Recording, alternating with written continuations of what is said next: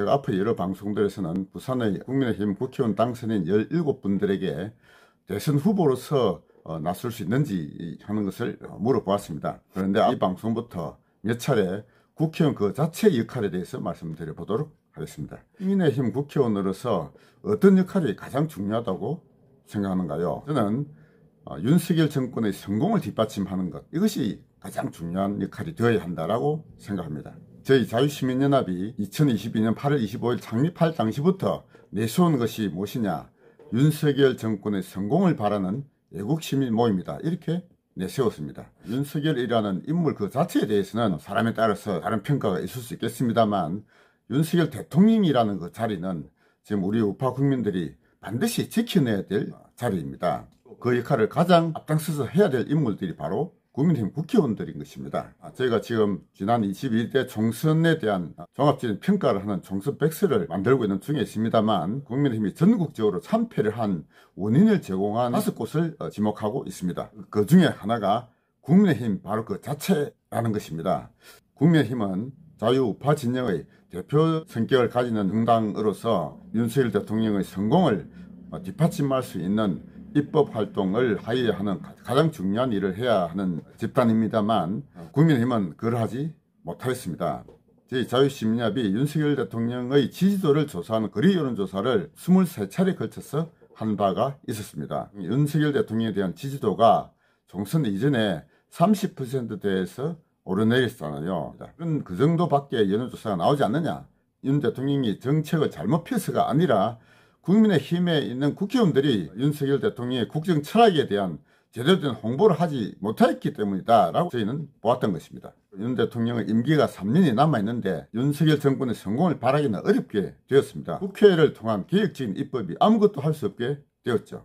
그래도 윤석열 정권은 성공하여야 하고 다음 정권이 대창출되어야 하기 때문에 윤석열 정권을 성공을 뒷받침할 수 있는 기반을 국민의힘 국회의원들이 만들어 놔야 된다고 생각합니다.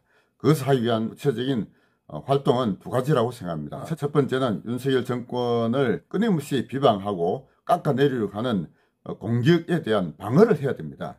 그 공격은 두 가지 방향에서 나오고 있죠. 첫째가 민주당을 비롯한 야당에 의한 공격입니다. 그리고 두 번째는 여당 내에 있는 반윤 세력들의 공격입니다. 이 두 가지 공격 모두 국민의힘 국회의원들이 다 지켜내어야 한다고 봅니다.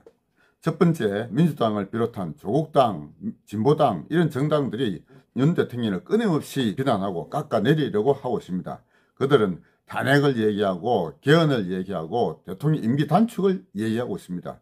그러면서 윤 대통령이 소통하지 않는 무능한 대통령이다, 이런 이미지를 끊임없이 심어주고 있는 것이죠. 말도 안 되는 포퓰리즘 입법을 양산하여서 대통령을 하여금 부득이하게 거부권을 행사할 수밖에 없게 만들어 놓고, 그것이 마치 대통령의 잘못인 것처럼 거짓된 선전선동을 하고 있는 것입니다. 저는 윤 대통령의 국정 철학의 기본은 자유주의라고 생각합니다.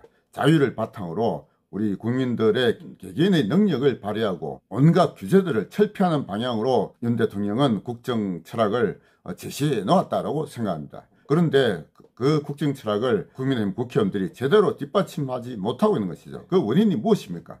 국회의원 스스로 자유주의에 대한 제대로 된 공부가 거의 되어 있지 않기 때문이다, 저는 그렇게 보고 있습니다. 개인의 자유를 최고의 가치로 삼고 가능하면 국가에 대한 개입은 배제하는 것이 자유주의 철학의 기본 방향입니다. 그리고 또 한 가지, 우파 진영 내에 있는 반윤 세력으로부터의 공격에 방어해야 되는 것입니다.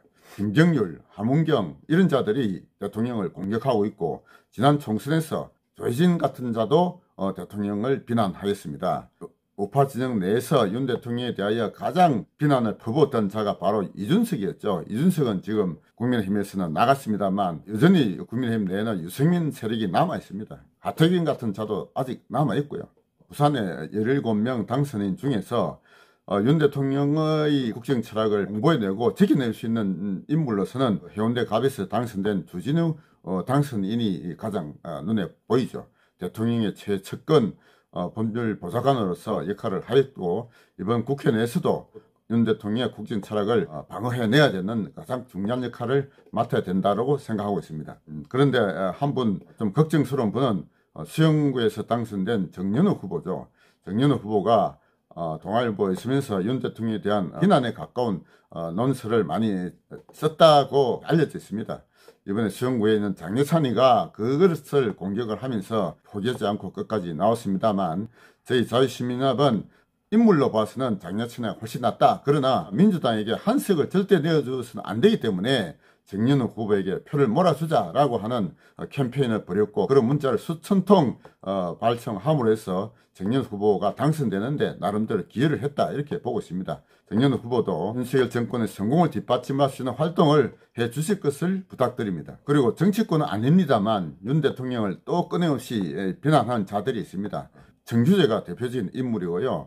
조갑재도 그렇게 하고 있고, 이병태도 그렇게 하고 있고, 변희재도 그렇게 하고 있습니다. 소위 이론가들이라고 하는 자들이 윤 대통령을 끊임없이 비난하고 있는 것에 대한 방어도 국민의 국회의원들이 해내야 됩니다. 그렇게 하려면 정치권 내에 있는 인사들만이 아니라 정치권 바깥에 있는 자유주의 이론가들을 적극적으로 홍보하고 그분들을 활용해야 된다라고 저는 생각하고 있습니다.